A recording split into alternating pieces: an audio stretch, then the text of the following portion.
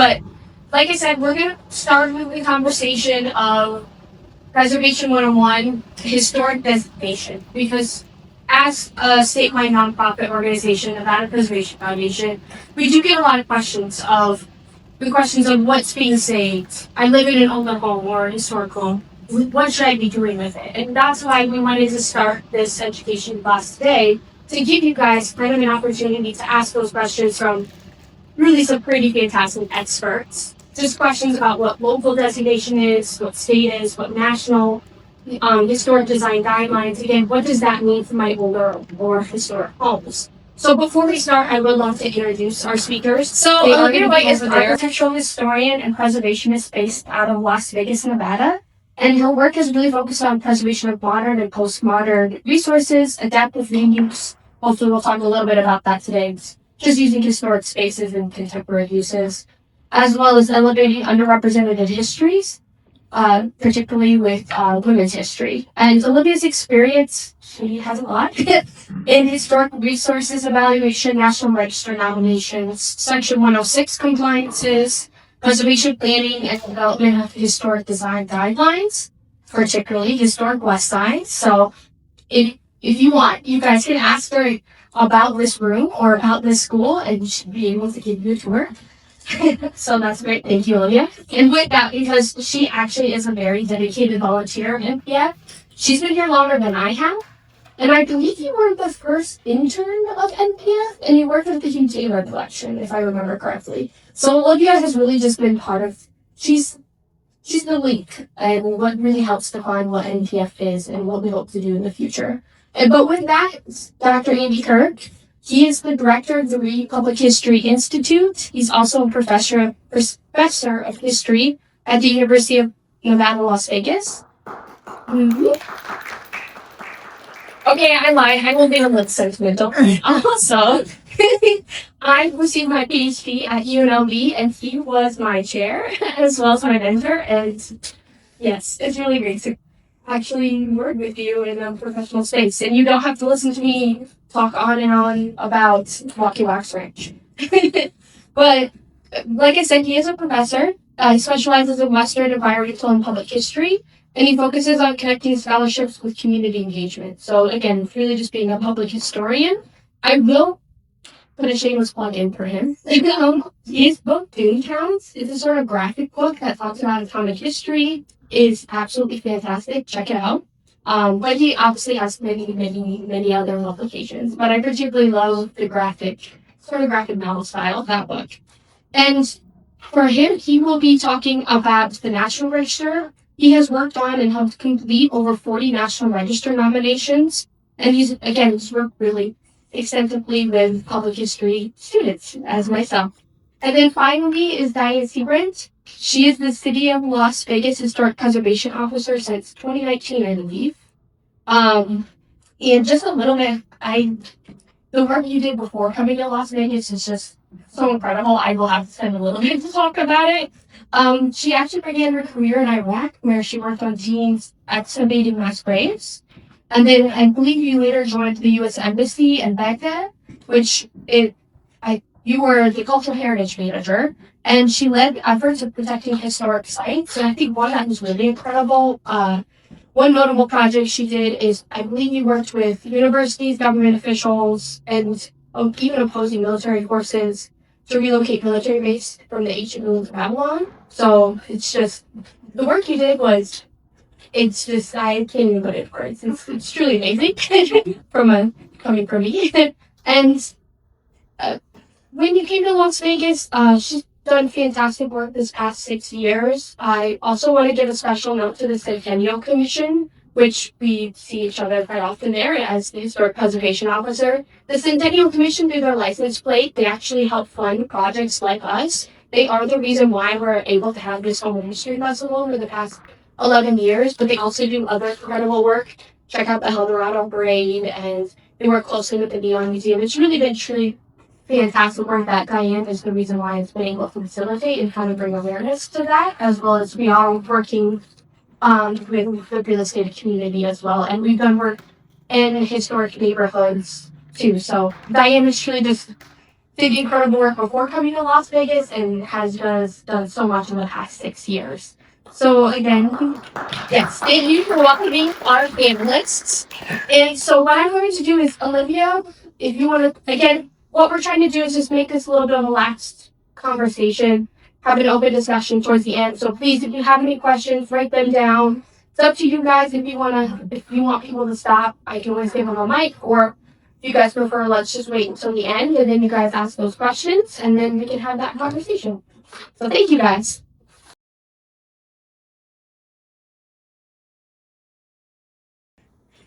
Thank you so much, Paige. I have to stand up because when I'm sitting down, I get too casual and I start talking about things like we're all just best friends in my living room. So we're not going to do that. I need to put a little bit oomph on it.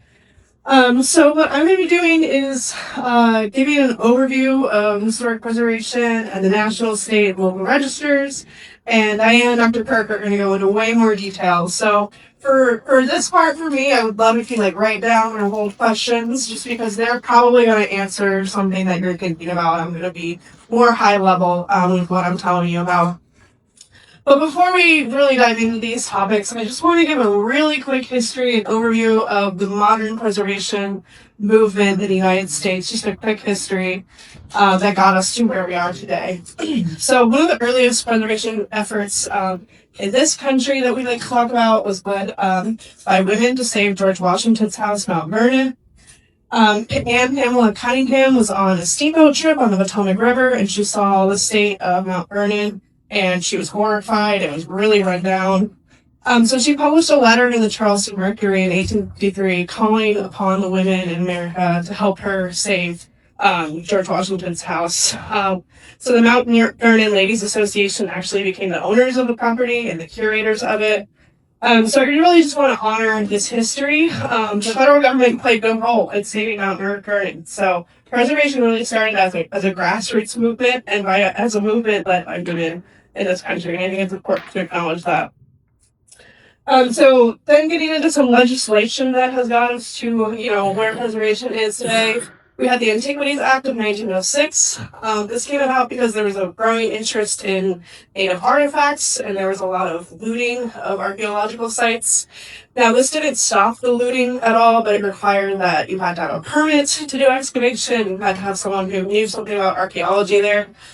This really wasn't done, for the benefit of tribes or people who cared about these resources. It just sort of legitimized the looting that was going on. And then you had the Historic Sites Act of 1935. This really broadened the National Park Service's role in preservation. It helped organize parks and historic sites under the National Park Service. It created programs to do surveys of historic sites and research, develop public educational programs, maintain museums. So this was a really important program. And then I want to mention briefly Penn Station. Penn Station was not, the first big preservation fight in the United States, but it's a really important one for what it helped lead to. This was the era of urban renewal, and McKinney and White designed Penn Station in 1910. It was an incredible Beaux-Arts building, and it was nothing short of a monumental landmark. There was a huge outcry when it was slated for demolition. It was owned by the railroad, and it was struggling. It was largely empty at the time. There were a lot of public outcry, a lot of protests. Jackie Onassis Kennedy and architect Philip Johnson were at these protests. The top shows one of my favorite protest signs, be a pen pal. Really love that one. But Penn Station was demolished for Madison Square Garden now is in the new Penn Station. And this is so widely regarded as one of the greatest losses of architectural legacy in this country today. And it was really one of many things that happened around the country that were the catalyst for our national preservation legislation. So, it eventually helped lead to the passage of the National Historic Preservation Act of 1966. So this did four things. It created the National Register of Historic Places, as we still know it today. It created the Historic Preservation Fund, which funds state historic preservation offices. It created the Advisory Council on Historic Preservation, which advises the president and federal agencies on preservation. and established a review process that we know and call Section 106, which evaluates federal actions to National Register listed and eligible properties. I forgot to mention, we use a lot of acronyms in this business, so I put some of them up here. This is by no means extensive, but just if you're like, if I'm saying alphabet soup, you may look over there for some help. So what can you get listed in the National Register? Buildings, I didn't put examples, because that's obvious. Structures, so things that aren't built for human habitation. Sites, these are often battlefields or design landscapes, so think like a Frederick Law Olmsted Park, things like that. Objects is often for art, fountains, sculptures, things like that. And districts, and I listed a couple examples that we have here in Las Vegas. So how do we know if something is eligible for listing? This comes to us from National Register Bulletin 15. These slides are going to be posted on MPS website, and there's a link to this in that slide as well. So there's 4 criteria that we use to evaluate whether something is eligible for the National Register.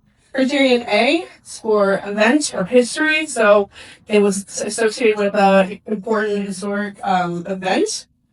Criterion B is that it's important for its association with a historic person. This is one of the more challenging ones to get something listed under. You think, oh, well, this was Bob Dylan's house. Can we just list Bob Dylan's house because he lived there? But for Criterion B, the National Park Service is really looking at properties where a person did their historic important work. So in Los Angeles, there's the Christopher Isherwood House, and it's not only where he lived, but it's where he wrote, what became Cabaret. So it's important because he did his work there too. Criterion C is for design and construction. So this is for our great architecture.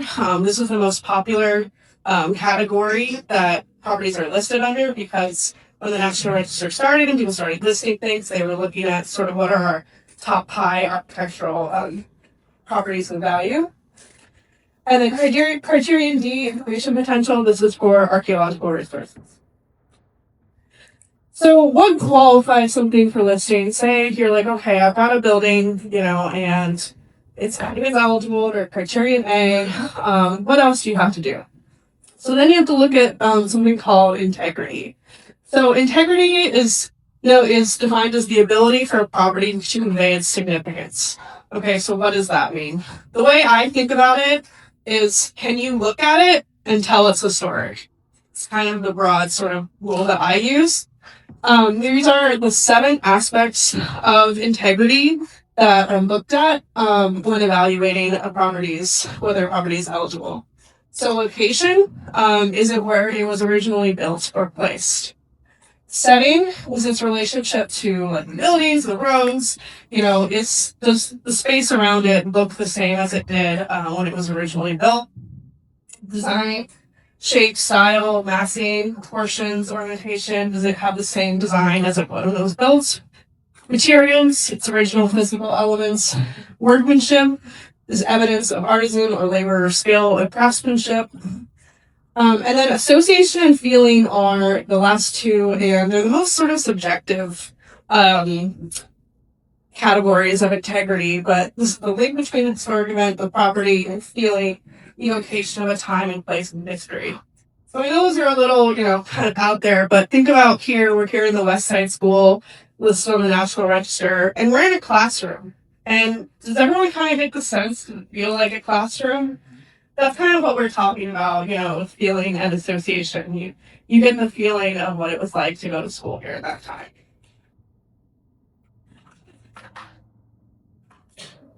I want to talk a little bit about the difference between integrity and condition, because a lot of people get these things confused.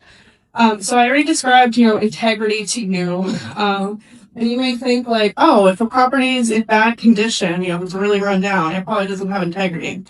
They're actually 2 very different things. So condition is something that is looked at in the National Register. There's a form on the box. It's listed as poor, fair, good, or excellent. But that's separate from integrity. So a property that has been well maintained and it's had any work done has been, in compliance with the standards we use. would have high integrity and have excellent condition. So the Mob Museum is an example of a property with high integrity and excellent condition, right? But a property that has been largely left unchanged, from the time it was built, but hasn't been used and is really run down, could have really high integrity, but be more poor condition.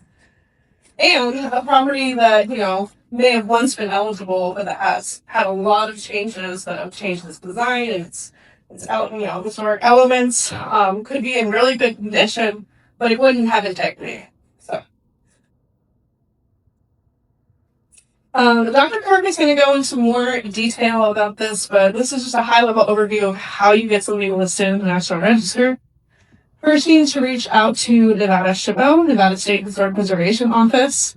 They have a Nevada State Register listing screening questionnaire, so this is going to help you sort of figure out if your property might be eligible. A screenshot of it that's available online.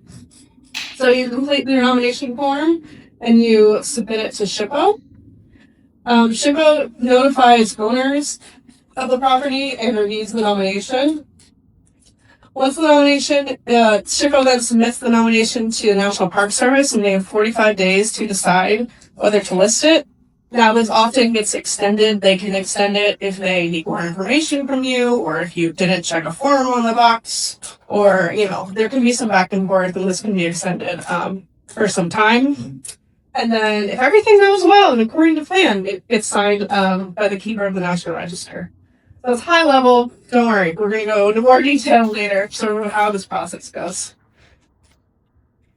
And these are just some examples of some National Register listed properties in Las Vegas, in Clark County. I'm sure you encountered many of them. I do also want to mention that there are tribal historic preservation offices. We've listed all the ones that are in Nevada. We call these TIPOs, which is just a fun word to say. TIPOs were established under Section 101 of the National Historic Preservation Act. They weren't originally included in 1966, but there was a 1992 amendment by Congress to include them. They have the same function as a state historic preservation office, but they're for the tribes. There's no requirement for tribes to have TIPOs. They're just used to help them protect historic sites and cultural traditions that are important to them. So I have an example of a cave rock marker that was important to the Washoe tribe that they got put out. TIPOs are also eligible for grants, just like SHPOs. There's actually 2 National Park Service grants specifically to fund TIPOs. And there's 176 TIPOs around the country. So something else under the National Park Service under the NPF is the Historic Preservation Fund of 1977. This is how all state historic preservation offices are funded. It's appropriated annually by Congress through the Outer Continental Shelf oil and gas fleece revenues, so it doesn't come through taxpayer funds. And it's the primary federal funding source for grants to these state and tribal offices, who then pass down the grants to eligible recipients in certified local governments. They can be done for surveys, for trainings, to do nominations, lots of things. So in Nevada, we have our own state historic preservation office. Our Nevada Register of Historic Places started in 1979, created by the legislature. There's 177 listings in our state, many of which are also on the National Register. I've linked the guide for listing a property in the Nevada State Register. And public and nonprofit owners of state register listed properties may qualify for a grant through the Commission for Cultural Centers and Historic Preservation. They also published a Nevada Historic Preservation Plan. This is a requirement under the National Historic Preservation Act. The current plan that you can access online is for 2020 through 2028. It establishes the long-term goals and visions for historic preservation in our state. And then the Nevada SHPO also oversees grants to certified local governments, of which the city of Las Vegas is one. And these sub-grants can support education, surveys, planning, archaeological investigations, and building rehabilitations. So what's the difference between state and national register? And you're wondering, what should I do? So for the National Register, your property can be of national, state, or local significance.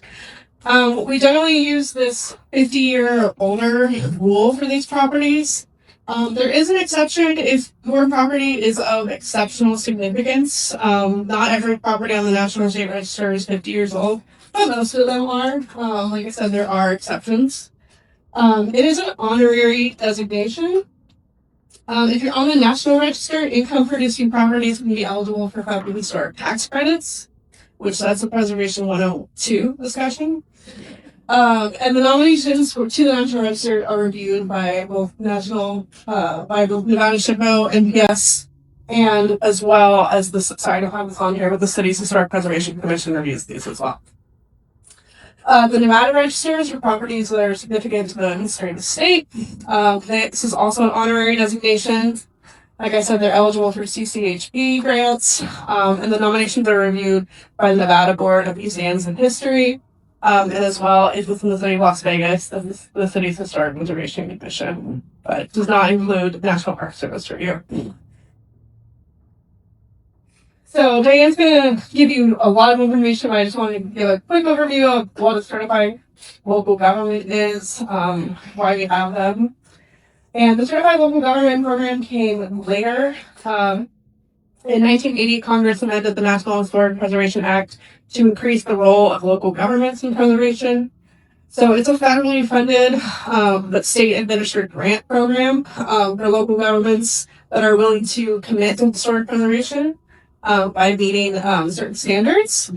So to be a certified local government in Nevada, you have to apply to the Nevada SHPO and do the following. You have to pass an ordinance that's included in the Planning and Zoning Code to support historic preservation. You have to create a commission being made up of both professionals and lay people to oversee the preservation program.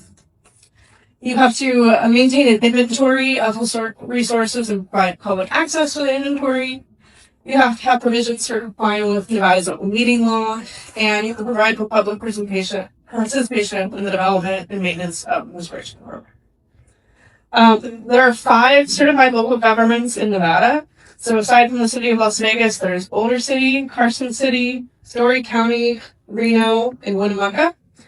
Does anyone want to guess who our first CLG in Nevada was?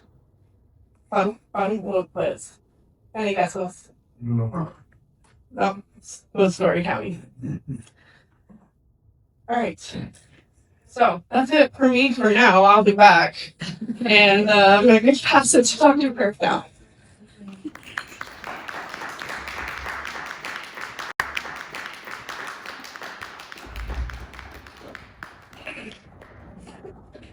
Okay, can you all hear me okay? Great. So I think what I'm going to do is a little bit different. I'm going to dig into the National Register process from the perspective of a historian. It's kind of the only way I can do it because I'm a historian, but it's important to understand the way historians think about this process because if you do a National Register nomination specifically, your audience is historians, because historians all the way from the bottom of the chain to the absolute top of the chain are the people who review and evaluate and then approve or deny National Register nominations. Anybody know the name and the title of the top ranked historic preservation official in the land? It's the keeper. It sounds like a character out of a Batman movie, but that's the official title of the official in Washington, D.C., who eventually receives and approves all National Register nominations. And the keeper probably does not review most National Register nominations because they're too many, but their staff are historians. And the historians are reading. So this may seem obvious, but it's often kind of lost on people that when you're doing a National Register form, even for resources in your neighborhood, the eventual audience for that, and the people who will decide if it gets that status or not, are historians. So I'm going to try and explain a little bit how historians think about this stuff, and bear with me. Um, when you're looking about I'll start with the National Register form. And when you look at the National Register form, it really shows the democratic origins of this process. When this process of National Register listings was invented, it was intended to be open to citizens. Because anybody who wanted to participate in this process could participate in it. It's still true. It is a process that is intended for anybody who has an interest to pursue it. And it starts off very simple and intuitive. It really makes sense. And I've got some examples if you want to look at them later. But kind of quickly, it starts getting into a tricky area. And that area is Section 7 and Section 8. Section 7 requires a little bit of architectural knowledge, a little bit of knowledge about buildings to fill that out. So that's a little bit tricky. But the crux of a National Register nomination is Section 8, which is the statement of significance. And it sounds simple. You can use the criteria that Olivia was talking about to decide, what is significant about your property. But Section 8 requires that you actually craft a full historic narrative.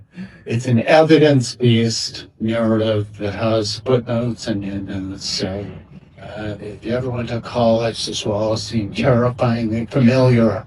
It's the part of this process that historians are most familiar with.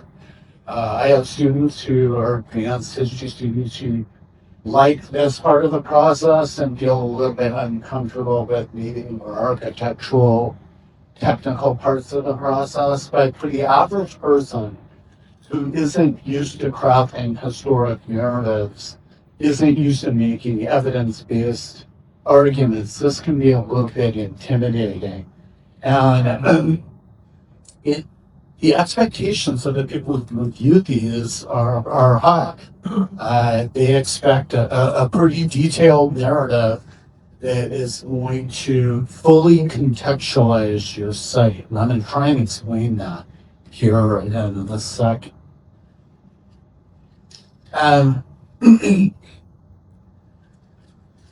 Really, I'll say that Section 8 of your National Register nominee is like a research paper. And you have to go to the library and do the research, and you have to find primary documents and evidence of the type that's going to be really convincing to the people who review it so that you can succeed with your nomination. So let me talk a little bit about significance and context. And again, this is what the people who read these are really interested in, and it's what they're looking for. And there's some special considerations for this process in Las Vegas or other modern places, but really some special challenges that are distinctly Las Vegas challenges. And one is combating the myth of Las Vegas. As a historian living and working in Las Vegas and working with professionals, researchers on this kind of a project, one of the things I've encountered again and again is the myth of history of Las Vegas. Part of the myth of Las Vegas is that it has an history. That it's a historyless place, that it's a place that we shouldn't be here. I talk to reporters all the time who are doing stories on Las Vegas. And frequently, including New York Times and major media outlets, really smart people who are writing stories, they will start off by saying, why don't we start off by you explaining why there's a city there when there shouldn't be. Obviously Las Vegas shouldn't exist. And there's sort of a fun side of this myth that I like.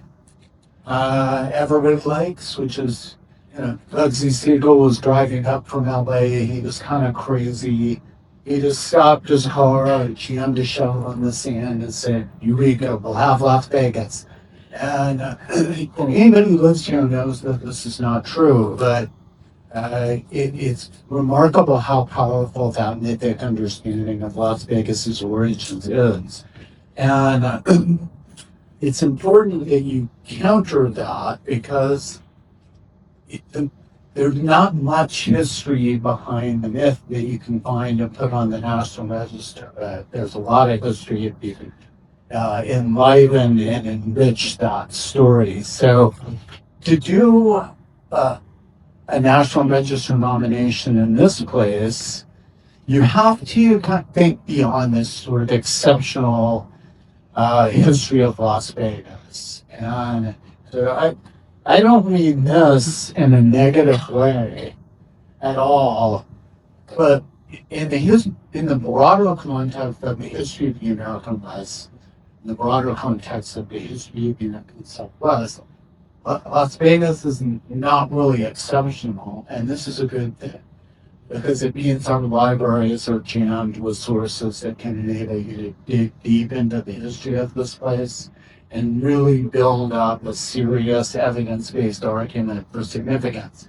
And you need to do that not just about the city in general, but even individual houses and individual buildings. A building like this that we're standing in, you really need to be able to think about that deeper context. So the first thing I say to those reporters who think Las Vegas is a place that shouldn't exist is, well, it's actually a place that really should exist. It's got a very familiar history that you can kind of work your way through and anchor a more meaningful discussion about the history of this place and this region in a way that you could then write about, that you could use source material to support it. It would ultimately enable you to make a really strong case for the listing of a specific building or a neighborhood or anything about our region in the same way you could in other places. So, you may all be familiar with this, that, Las Vegas goes back to 1905, but just super quickly, when I say it's not exceptional, it's familiar. Las Vegas is a place that has settled for thousands of years because it's the biggest oasis in the Mojave. It's a very logical place for people to live. It was named Las Vegas by the Spanish who came through looking for really valuable resources and only named places they thought were useful and valuable. Brigham Young sent pioneers, to claim all the water resources of the American Southwest, and Las Vegas was very high on the list of super valuable places that you might go, live, settle. The Mormon Fort is our evidence of that. Every single famous explorer, John Smith, John Wesley Powell, they all passed through here. The old Spanish Trail goes through New Diamond. There's a ton of really familiar and significant and important Western history associated with this place. And again, why do you need to know now? Because then you're going to write an actual narrative of the history. I really want to say that my place is significant, and you need to be able to build your way up to that and put it in context. Maybe it's only 2 or 3 pages for some nominations, but you gotta have it in there. So when we get up into the more modern period, I think we have a special challenge. And that is that you probably heard this before, but Las Vegas was basically the size of the decade for a long time. So in 2020, there were 1920, 20,000 people. 1930, 30,000 people. And Las Vegas into the 1950s and 60s was a very small place. So sometimes when you've got people and you're touring them around looking for history, you'd have to drive them over here. You'd have to drive them to Main Street, to the railroad cottages, and say, if you're looking for history, you're looking for a pretty small circle on the map, because Las Vegas was really tiny. And in the modern era, especially our century, the city has grown so enormously that it's really easy for even smart people to just think there is no history here because everything you see is new. You're driving on the highway, everything's new. The strip became very modern and looks very modern. And so all of that kind of digs into the ability to talk about this as a place with history, a place with a deeper history. So one of my takeaways of this always is that if you take the time to think about this broader history, first off, you can combat that assumption. This is an exceptional place that just shouldn't exist. And that is completely relevant to debates right now about the Colorado River, where recently someone had written, we gotta take care of the Colorado River because LA and Phoenix need to exist, but Las Vegas may have to go, and because this shouldn't exist. So, what can you do with some of this knowledge? I've got a small attempt to think deeper about a kind of historic resource that you might want to put on the National Register. And I've got an example of a mid-century house. If you're thinking about doing a National Register nomination of a mid-century house, how can you do some of this type of research? Provide a solid foundation context, make a good case that the keeper would really appreciate. And to do that, you need to research not just the individual property itself, but the place on the map where the property is. And something about the environment and asking simple questions like why a neighborhood is in one place rather than another. And there's some obvious answers to that. Sometimes the city just sort of marched out somewhere. Sometimes it's access to transportation. But in our area, and really in most of the American West, not just the Desert West, environmental considerations were really large, and water was largest of all. So I've got a target house for consideration, and when I'm working with students on this process, the first step is to locate your property on maps. You have to do this for the National Register anyway. There are mapping requirements, and you have to show your place on a map and in the big picture and it narrowing down. And so you can locate your property on a map, and you can start to look around to try and figure out what sorts of factors historically led to the creation of a neighborhood. That neighborhood that I'm showing is McNeil. You may or may not be familiar with, but it's a well-known mid-century neighborhood. And it's pretty close to Las Vegas Springs Preserve.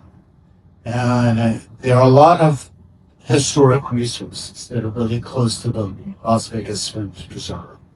And that was because that's where the water was.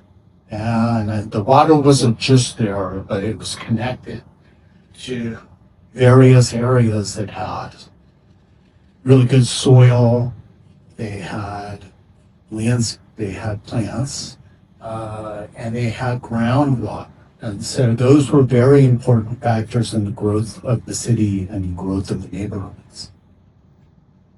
And so water is really always where you start with Las Vegas history. The Mormon fort is where it is because there used to be water running on the ground from the Las Vegas Springs and a creek down to where the fort was. And so when they built the Mormon fort where they did, it was because it was an excellent source of water.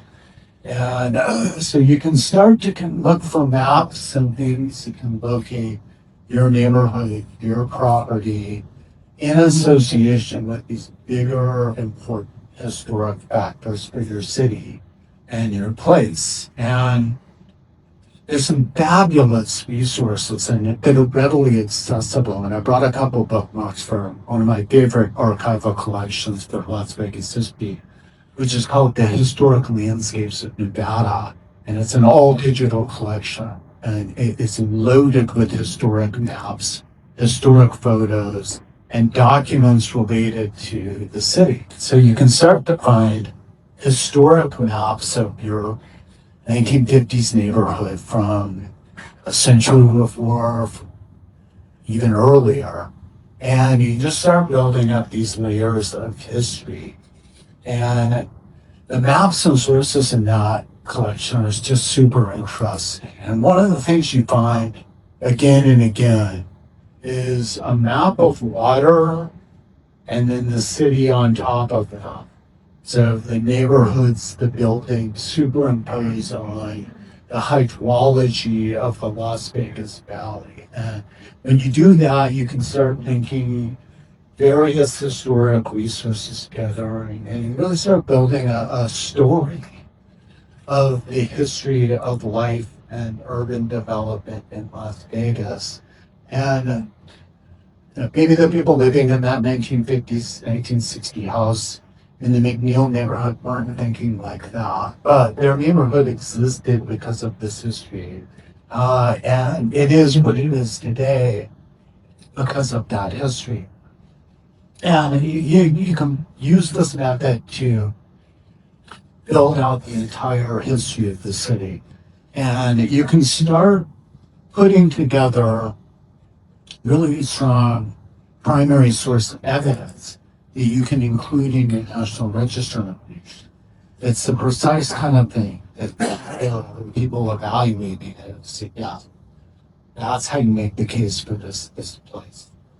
So I could go on pretty much forever with this, but what emerges from using this method is it may be less exciting, especially to reporters. Las Vegas actually has a really deep, detailed, maybe kind of familiar Western history. That's not necessarily the sensational version that they're looking for, but for our purposes, for anybody who's thinking about doing a National Register, you should really learn how you provide context and history for a specific place.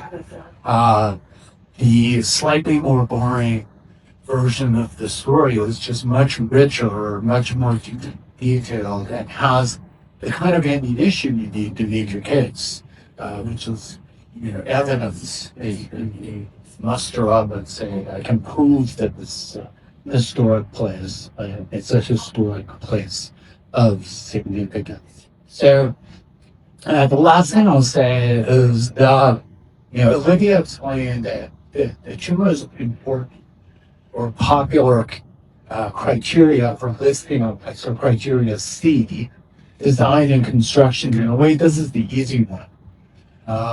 Somebody like the Mob Museum, you just stand in front of it and think that's historic.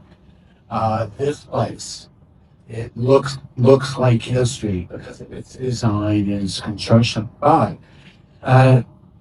the criteria that is often used is criteria A, which is associated with broad patterns of American history, which is exactly what I'm talking about.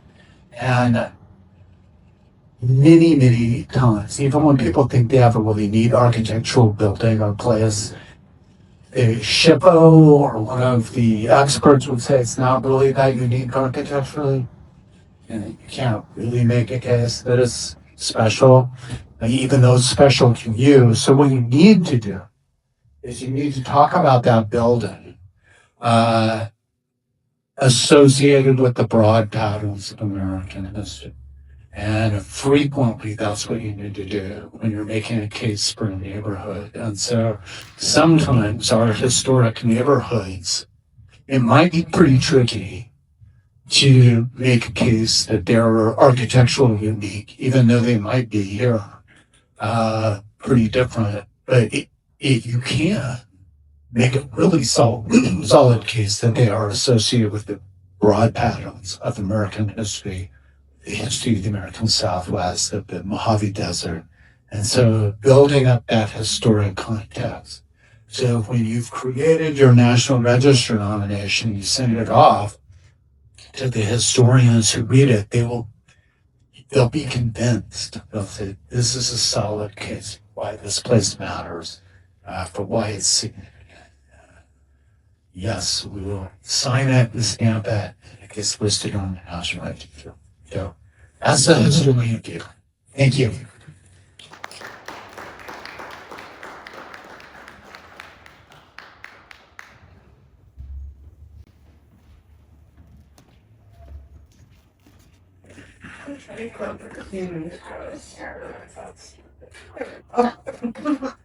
So, thank you. I'm going to thank the Nevada Preservation Foundation for inviting me to speak today because one of the most difficult tasks we have is getting copies on our register. So I work for the city. I do have to shout out Teresa Smith out there.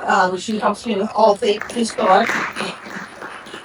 Couldn't do it without her, so thank you. And we actually did bring some little knickknacks and did you bring bags? Yeah, bags that we'll hand out later. So I am the historic preservation officer for the city. And I will concentrate on putting it on our local register. But if you are interested, I'm assuming some of you may have homes you may be interested in putting on the register. Your first step is to contact me. And there's a slight correction. If you took down my email address from that first slide, that's not my correct email address. There's no area between D and S. Because if you write me there, you're not going to get me. So it's just dcram at lasvegasnevada.gov. So I'm going to go through the process of how this works. And the first thing I would say is that because as Dr. Kirk was talking about, that it does go through a very rigorous process of review, that your best bet was to hire a cultural resource management firm so that they can do the application for you.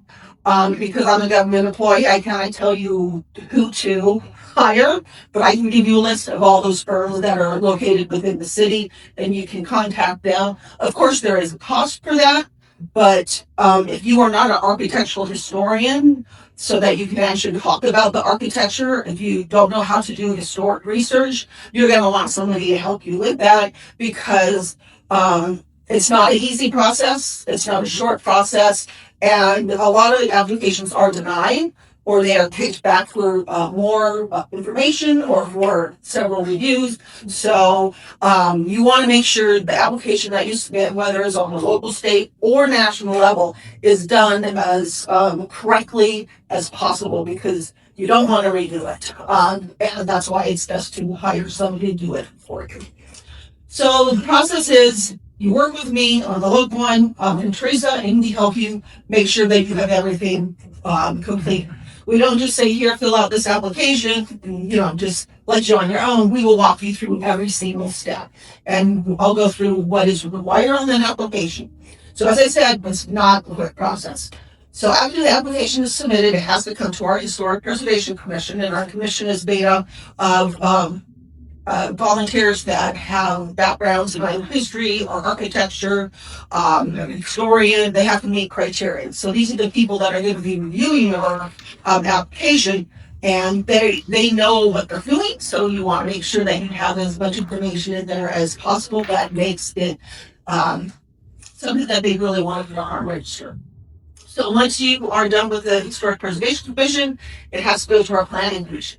And that's because when you list your house on the historic register, we add a zoning layer on it. And that zoning layer marks it as H for historic. And that just means it has to go through a historic review if you are submitting building permits to do something to your house. After it goes through our planning commission, and I do mention that you have to attend each one of these meetings with me. So we first go to the HPC. I manage the HPC, but I'm still there to help you. I'll be there with you, the planning commission, and then the last step is city council. So city council has to give their final approval. And because of the way, again, the government works, we're on it quick. So this can be 8 months to a year to do this, because once we have it on our Historic Preservation Commission, we have to meet internal deadlines to get it on our planning commission, and dates don't necessarily, fall right in place with each other. So it is a very long process. So just be aware that this isn't like something quick, but it's worth it, and it's worth devoting your time or paying somebody to do that for you. So once it's on the register, we always, for not the national, but for the or state, but for the local, we give you a bronze plaque that we expect you to put this on your property that shows this is it says the year that the property was built, when the historic preservation put it on the register, and I'll have pictures of this here in a little bit. And we always ask the mayor and the council person of which ward you are in to attend. And we always invite media. Sometimes they come, sometimes they don't. But it is something that, you're proud of to put your property on our register. So the application process, as I said, that it's really best to have somebody help you with it, because, they are the professionals. But if you are an architect and you do have that background and feel you could do a really good job, then, again, I'll help you with this, but we need this complete. So this is to put it on our register. I'm going what Olivia, Dr. Kirk already spoke about as far as the significance. But the one thing I would add, though, is just because your house was old and your grandma lived there, that doesn't necessarily make it historic. I mean, I'm sure grandma was important, but it has to be somebody that's significant. For example, Helen Colling was the first African American principal in Las Vegas. We put her house on the register. The Law Museum, because of its history as the original courthouse and post office, it's on the register. So again, you want to make sure of whoever house that was, that you can show how they are significant to the history of Las Vegas. It has to be a first or something special. And for Las Vegas, because it's a fairly newly built environment, of course, there's been indigenous populations here for at least 12,000 years. But the built environment, oh no. The built environment, hold on 1 minute. Sorry. And I don't have my glasses, so I'm not sure which way this goes.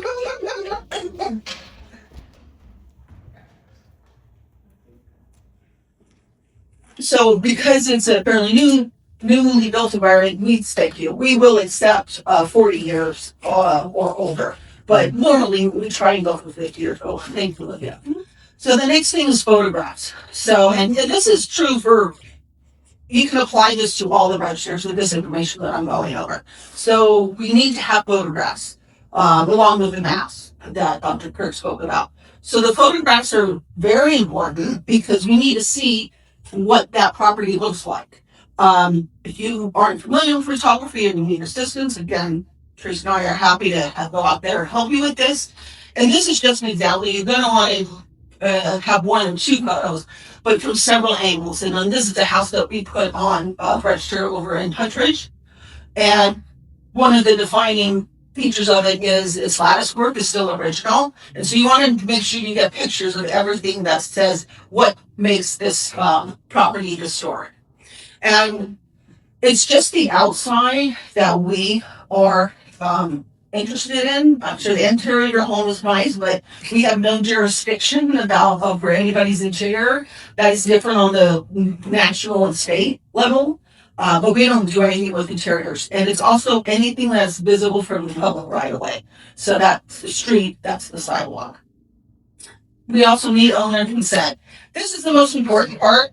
So if you're a renter and you think your house that you're renting goes up register, unfortunately you can start the process, but the owner has to give their consent. We need a notarized signature that says this owner agrees. And that's because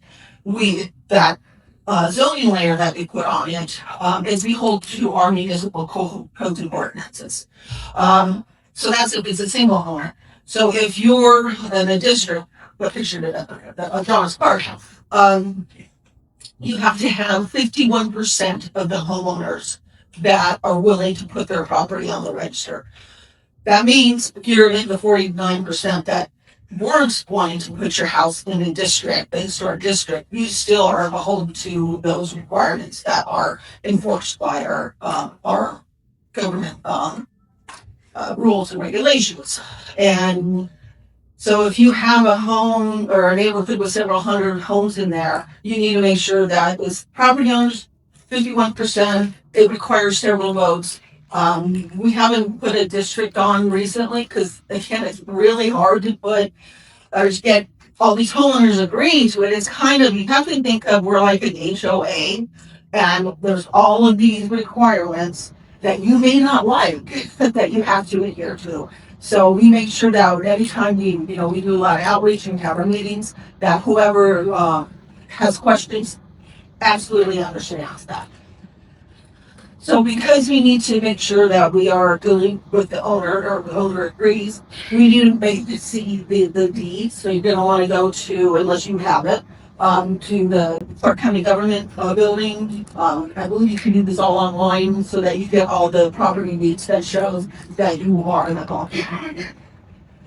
So you also, in the application, want to also include original documents. And this is where, again, talking about doing historical research. You want to have something that do that deep dive into, UNLV or the State Museum. There's other repositories that have a lot of information.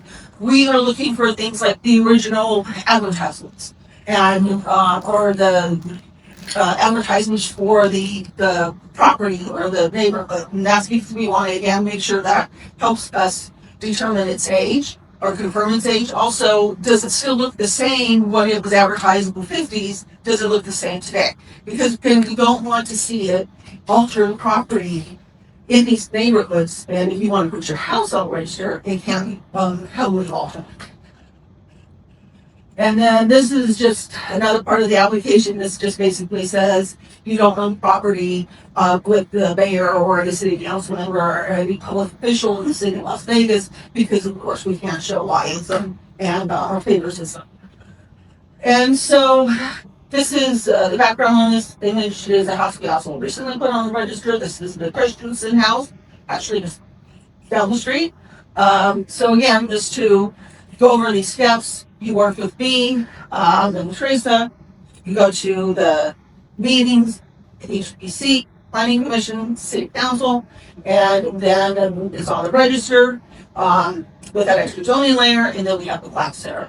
So this is what the image the image here is what the plaque looks like. So it's a really nice bronze plaque. We use the same design as the National Register uses. Now, the National Register, they won't buy you a plaque, but you can ask it to make it, you can get them back. But whereas we actually we hire somebody to make it and we give it to you. And then we do like City House ceremony. That's Councilman Kerr and former Mayor Goodman over at Walton Meats, which is the property we put on register a couple of years ago. He threw like a big luncheon party for us. We won't have that every time, but it's really nice to have your council person recognize your home as historic, and because they are very proud of that. So the requirements once you're on the register, this is when people start to back off. So again, this is just us. You're not beholden to state or national unless you get a grant and there's covenants on your property. I can cover that if you're interested. But for us, it's part of our Title 19. So as I said, it changes the zoning layer, and that's if you submit your building permit, there's going to be a stop put on your process to say, oh, you need a historic review. Unfortunately, a lot of people don't realize they live in a historic district, although that's where we're working with NPF on reaching out with realtors to make sure that people know, because many times people do not know that they bought a historic home and all of a sudden they're put in a building permit and it stopped, and they're like, "Whoa, what's happening?" And so I have to get hold of them and say, "Well, you live in a historic neighborhood, so you have to abide by our municipal code." But we know, again, we work with you on all this, and plus we have the design guidelines. Actually, Olivia worked on these for us with Chattel. And these design guidelines right now, they're only for Jonas Park and Beverly Green, just pockets of those, because those are our only two districts that are on our local register. And the design guidelines, and these are all on our website. They tell you what's recommended, not recommended, can do, and what you can't do. And then this, again, we work with you on this.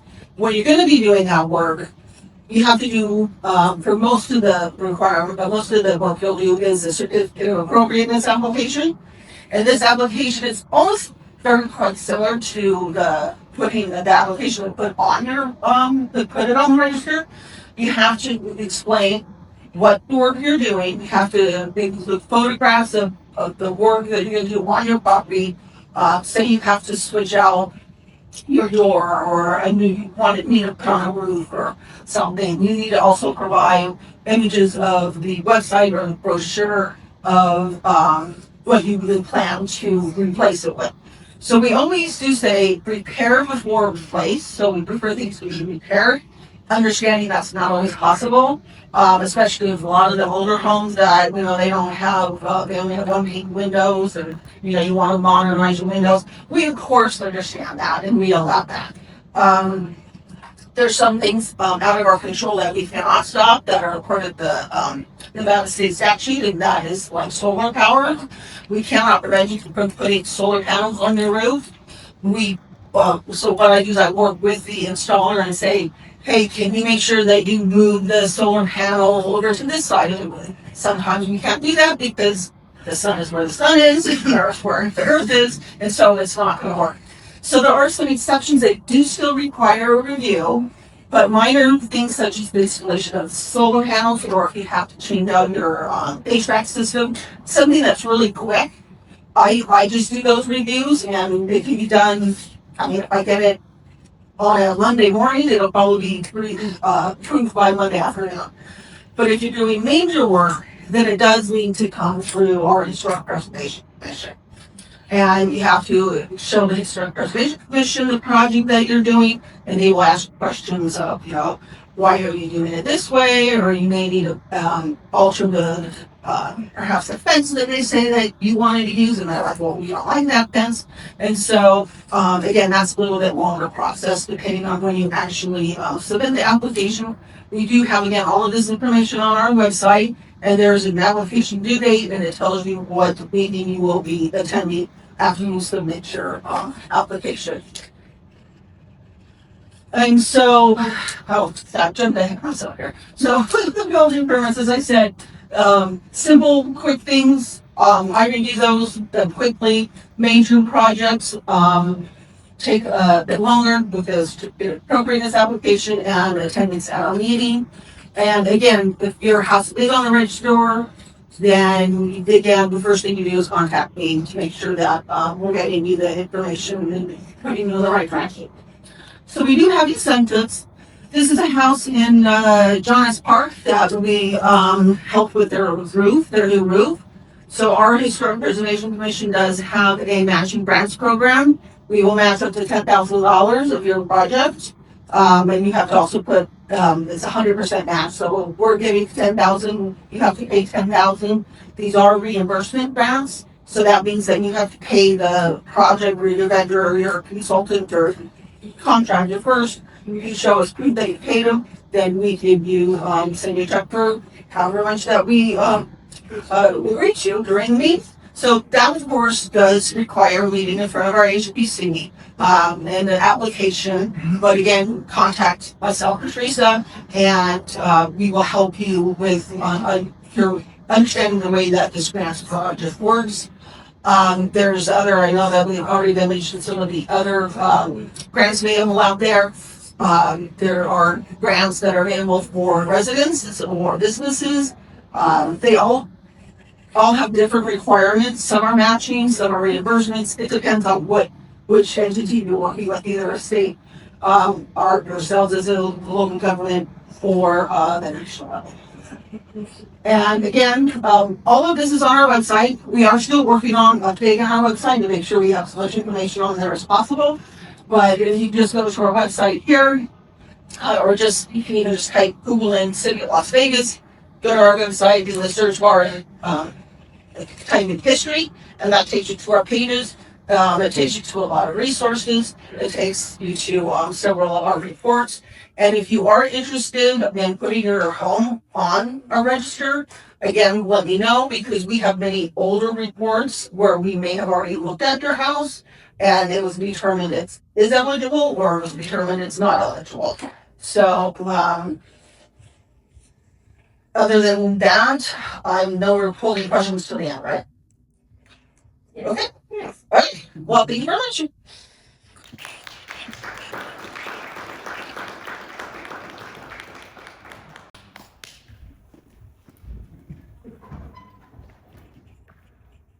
Okay, so I'm just gonna wrap up for us before we start questions. Hopefully you've gotten a sense of this kind of information already, but just put some information out about, if you're wondering where, I should put my home on the National Register, State Register, there's a local register.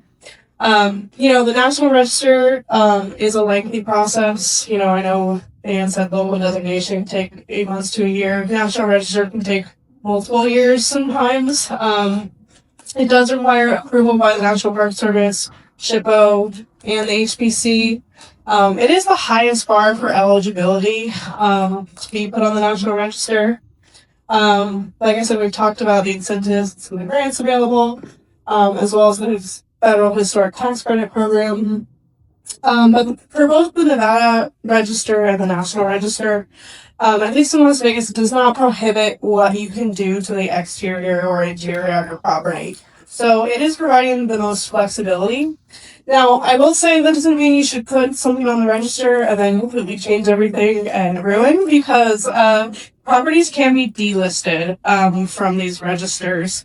An example, if you've ever been to Chicago and been to Soldier Field, their football stadium, it's all historic building, but they did major renovations. It was on the National Register, but major renovations really changed the exterior character of it, and it was delisted from the National Register. So that is, something that can happen.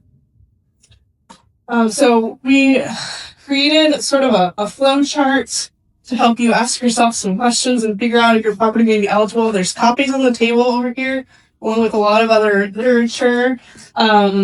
I won't sort of, go through this, but you can look at it and ask questions. This is just sort of to give you an idea. And like I said, Nevada SHPO also has a questionnaire on their website that can help you get started with this process. I'll also leave some of my business cards on the table. I don't know if Diane can prep business cards, but yeah, I think Paige will facilitate questions now. So thank you all so much.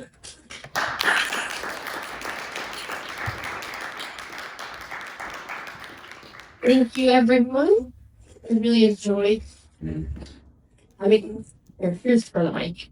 So I didn't know if initially did any of you guys have questions right away. I know it was a lot of information, but that was purposeful. It's as you can see, it is a quite complicated process. But here you go. I guess this is kind of a more general question, but just because everything is so hierarchical as far as having the trickle down of federal to state to local, I was kind of curious, just especially with our current administration, have there been any recent changes or evolutions in kind of how this stuff is working, or concern regarding like funding or anything like that in recent times? I can't answer that.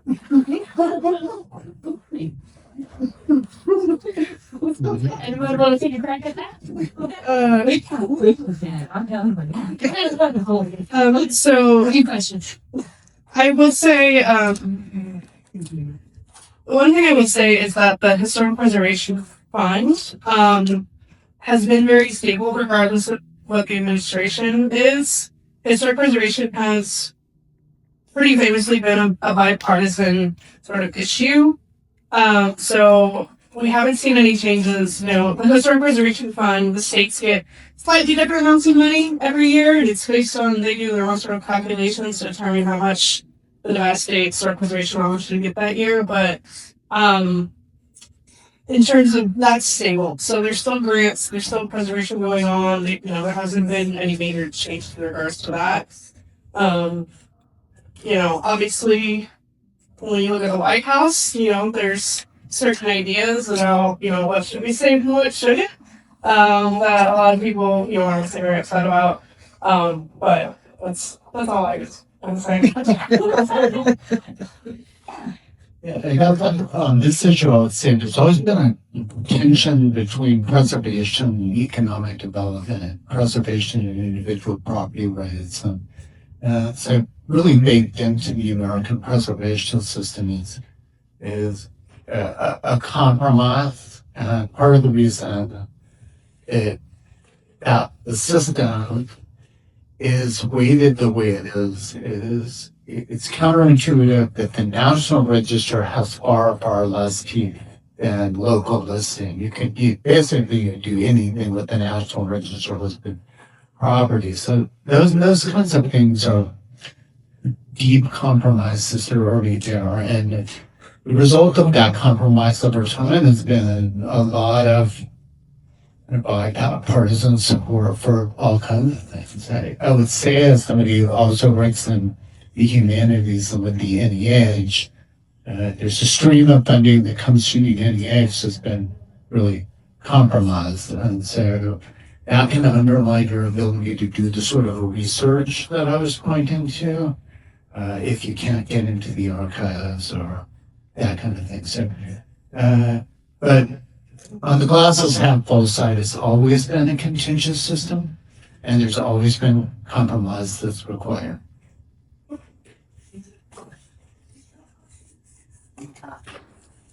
Oh, thank you so much for the presentation. It really was very interesting. And then those, people here kind of like a back of the classroom. And also, I'm a second English native speaker, second language of English. So anyway, some of them I didn't pick up, precisely what you explained to us. So is it possible I can go through this presentation on the website? Yes. Good. Yes, we're going to post this presentation on the NevadaPreservation.org website. And there are hyperlinks to a lot of the things we talked about. You can click there as well. Thank you so much. So yes, we'd like to start registration. And once that to the other level from you. Thank you so much. Yeah.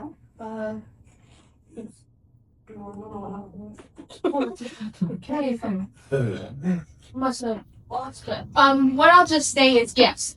I should have stipulated that first, but since this is our first Preservation 101, we are hoping with you guys hopefully you enjoyed it with some good feedback. We plan to have this quite frequently.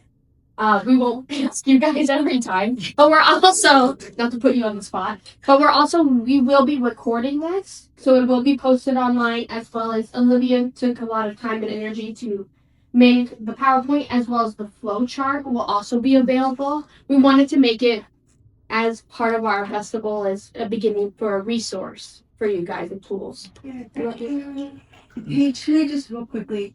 I also wanted to shout out Diane Seabrant, one of the city, is that the city has a very well-oiled machine whenever it comes to having a historic preservation commission, and the work that they do and making sure that there are guidelines. But let me just be very clear, that is the city. If you live in the county, and I'm looking at you too, if you live in the county has a process, but they don't have an HPC. So in PF, we worked on the designation of Paradise Palms, and they did not necessarily follow all of the things that we needed to do. So it's one of those things that if you're in the county, that's going to be something, if you work with us or however it moves forward, the real push is really getting it through SHPO, is making sure that SHPO designation happens. Because like I said, if you're in the city, you're lucky because that's Diane's job and she does an amazing job at it. And I live in John S. Park, and so I always walk in the neighborhood like, or people who when they're supposed to. But she's very correct that a lot of times when people find out that there are restrictions because it's you can't change more than 20% of the exterior of your home. If you're in one of those districts, a lot of times, particularly in like where Dr. Kirk lives in the McNeil Estates, they're like, no, we want to be able to paint our house whatever color we want to paint it, and we don't want to be told what we can and can't do with our property. So, like, they may have a big fancy sign driving into the neighborhood, but they are not historically designated. They have not gone through that process because, like I said, part of that is talking your neighbors into, hey, we want to make sure that we keep this neighborhood to what it looks like, and we want to make sure that we kind of hold that core. So, sorry, that's not a question. Is this you on me? No. I just switched. Yeah. All right. Okay. Is it going? Okay. Yeah, I just want to mention, as I mentioned, it's not just cities that can be CLGs certified local governments, it can also be counties. So if you live in Clark County and you would like to see Clark County have a restoration program, you should reach out to your commissioner, especially as this is an election year. And because it would be great to see Clark County become a certified local government and have its own historic restoration program. What about in other cities in the valley? Them too. Boulder City is one. Henderson is not yet. So, yeah. But if Or North Boston. so, to be a certified local government, you have to have an HBO and a HBC. So, the ones that Olivia mentioned at the beginning, those would have somebody in those offices to help you.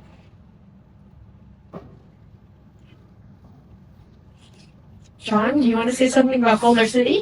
No, we don't have to put you on the spot. But does anyone have any other questions?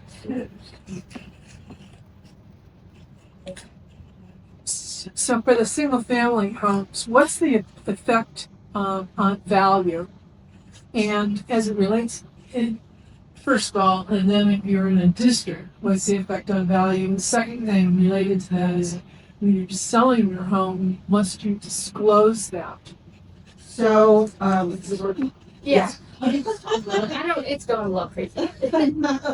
okay, so as I mentioned, we are working with NDF with the real estate board in order to make sure if somebody's buying a home that they know it is a historically designated property when you sell it. I don't know if it's a strict law, but yes, you should, if you have a historically listed property and you're selling it, it's something you absolutely should disclose because, again, they are beholden by our municipal code. And if you don't adhere to that code, we'll come talk to them.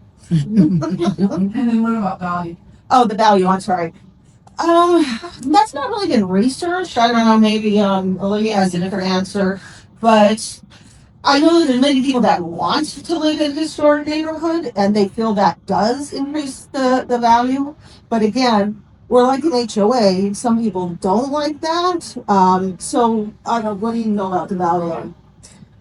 I don't know if there's been any specific studies done, in our state, but there is an organization called Place Economics that does look at the economic impact of historic preservation. And just sort of colloquially, I know that historic districts and having historic property tends to raise property values overall. It tends to be a desirable thing. Again, that's just sort of based on the research and things that I've seen, but. Yeah, I worked for the National Trust for several years, and one of the things they did all the time was That's me. No, it's this. Nope.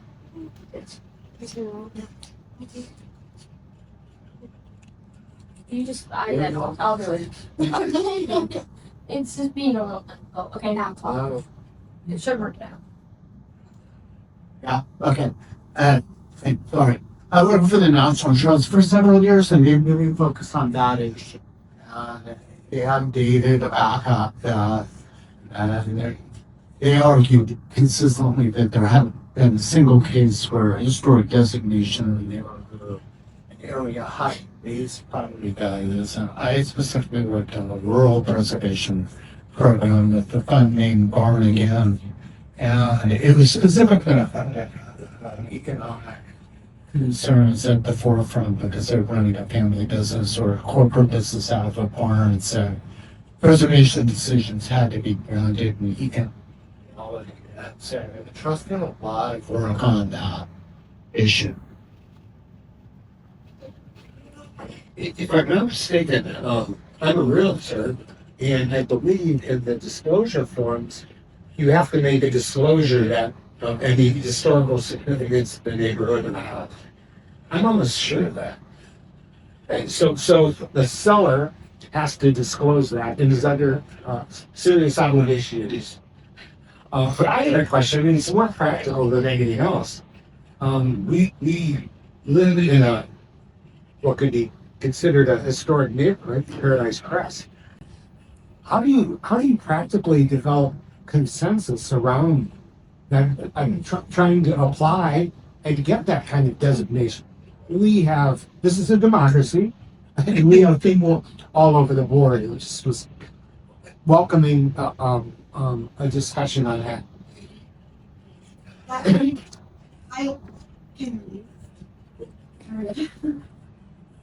so that's one of the things. That's one of the things that we do with NPF, and we can help. And we can put together those neighborhood meetings and go out and help canvas and do those kinds of things. That is a service that we offer at NPF, and we've done that. Like we even attempted that in the Biltmore neighborhood, and again, it's one of those kind of issues where, a lot of, not taking religion, a lot of people who were renting and they really wanted it, but a lot of times the owners didn't want it, that kind of thing. But yeah, you have to have that 51% that say, yes, we want to do this. And then you go from there. Yeah, it does take a lot of flyering, and it's not a quick process. But Meetings, lots and lots of meetings. There's also, I would say, a little bit of a strategy in developing a historic district. So, for instance, both Beverly Green and Jonas Park are neighborhoods that the boundaries of the historic district are smaller than, the entire area that was surveyed. And that was done strategically to make sure they had, that over 51% support. So, yeah, it's about, getting to know your neighbors, providing them with the information and sort of strategically drawing the map and maybe, excluding some sections of, dissenters, if you will, things like that. It's a very strategic idea. Historic preservation, Jerry.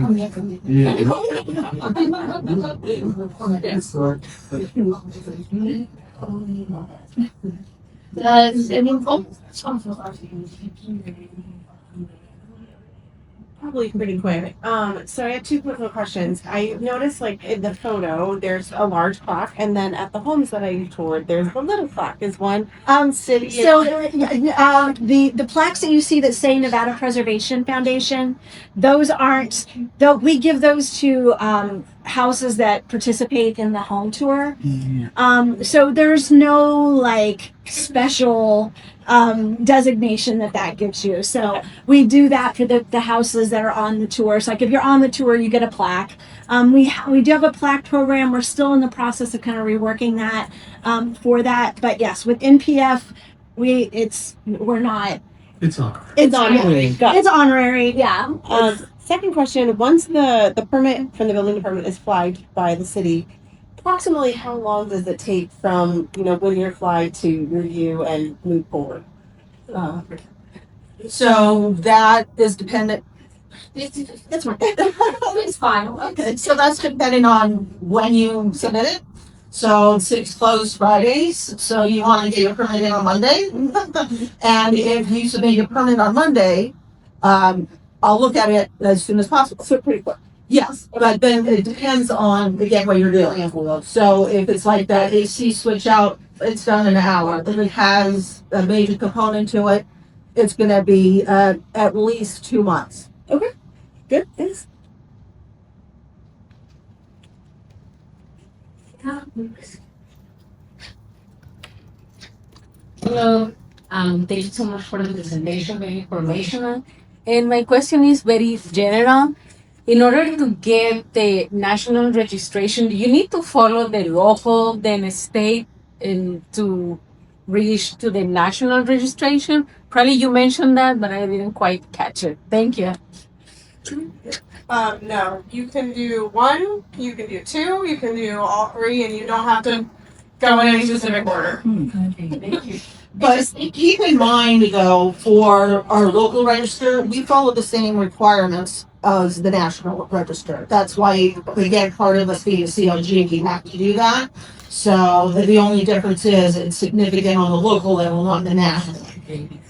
Yeah, because there's stuff that's on the National Register that has been like the Green Shack restaurant was on the National Register. It does not exist any longer. So just being on the National Register, you don't get nearly the protections that you do whenever you go through SHPO and you go through your local register. Any more questions?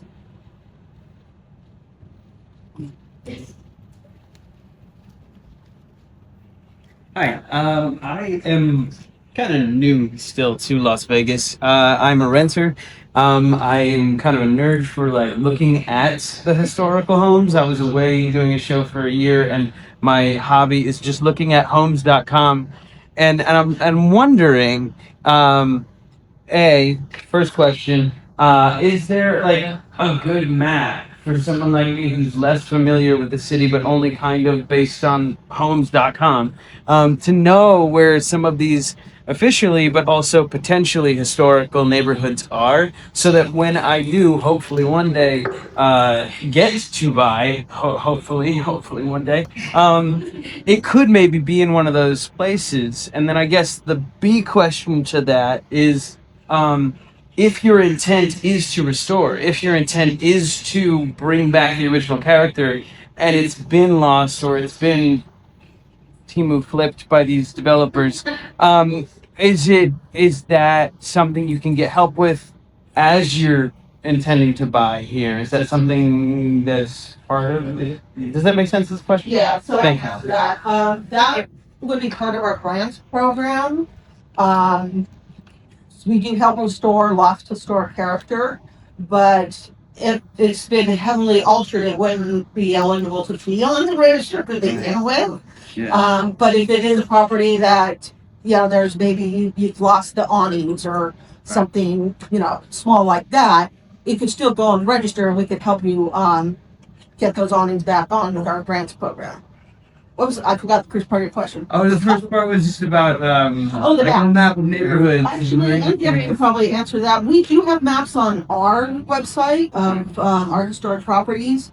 We do have some walking tour maps. I know MDF does as well. And I don't mean to take anything away from you, but vintage Las Vegas. I'm sorry. What is Jack's line? Very vintage. Vintage. Thank you. So Jack Levine is actually on our commission, and he's a realtor, and he has a website that does talk about a lot of these folks. Okay, I think I've come across that. Sorry. Yeah. No, Jack is a panel member. Okay. So it's fine. Thank you. Any more questions? Can I answer about the Boulder City? Yes, John. Boulder City has an interactive map on there. Boulder City has an interactive map on their website that if you just type in Boulder City Historic Preservation Commission, and it'll say interactive map viewer, and that will show you the entire historic district of Boulder City. It'll also show you the currently what is currently considered historic and what's been taken off the register as well. So it's a good resource for it. Thank you. And we, just for like additional research, the assessor site is our friend as well. So you can really get a lot of the historic plat maps, or even, it's a little bit away from the register, but you can get a lot of historic information about the homes just by typing in the address of the assessor site. Any more questions? I had a few myself, of course. But they're not as intricate as you guys, or you guys have been asking. I guess just personally, I wanted to just ask you guys, what's probably the favorite project you've worked on in relation to the National Red, or any of the registers, or any projects you've done previously? What are some of your favorites, not favorites? Who needs to go first?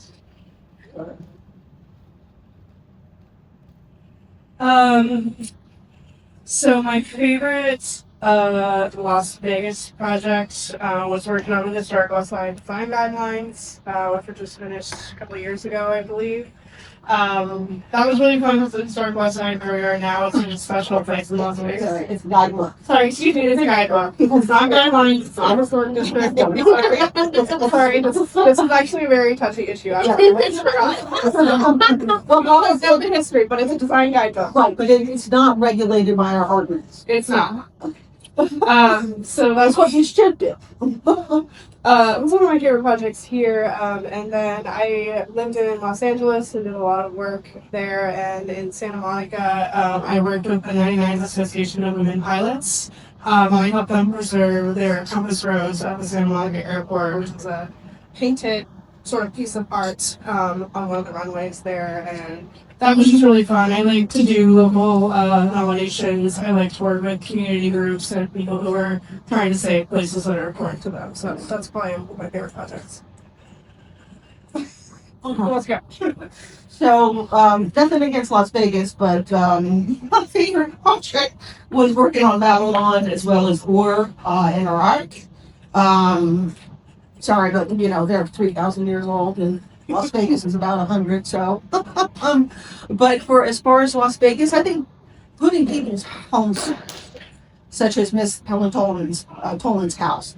We recently had 2 homes within Hunts Ridge neighborhood that we put on the register.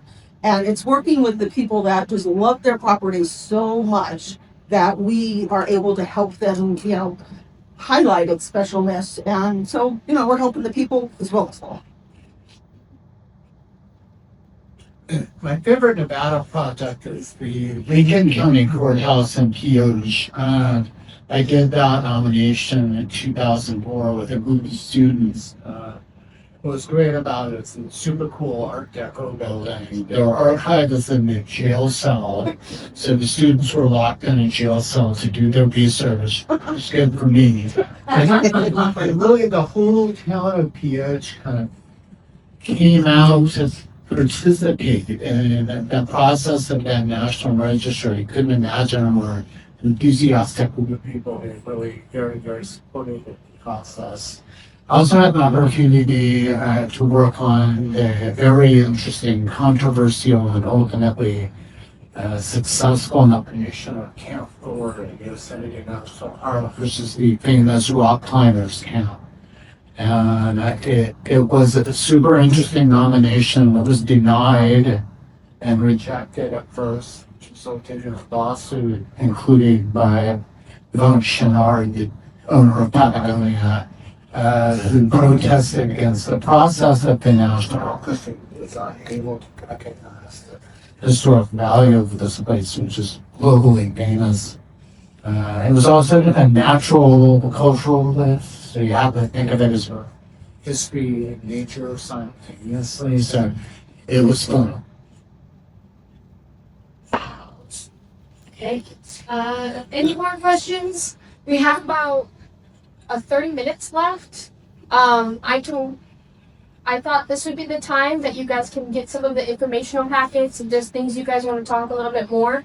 Dr. Kirk has some of his National Register listings here for the big time nerds like myself that you can really kind of dig through and exactly what is those categories of how do you define what's the most important context of the site. But thank you guys so much for coming. I truly appreciate it. I hope you enjoyed it.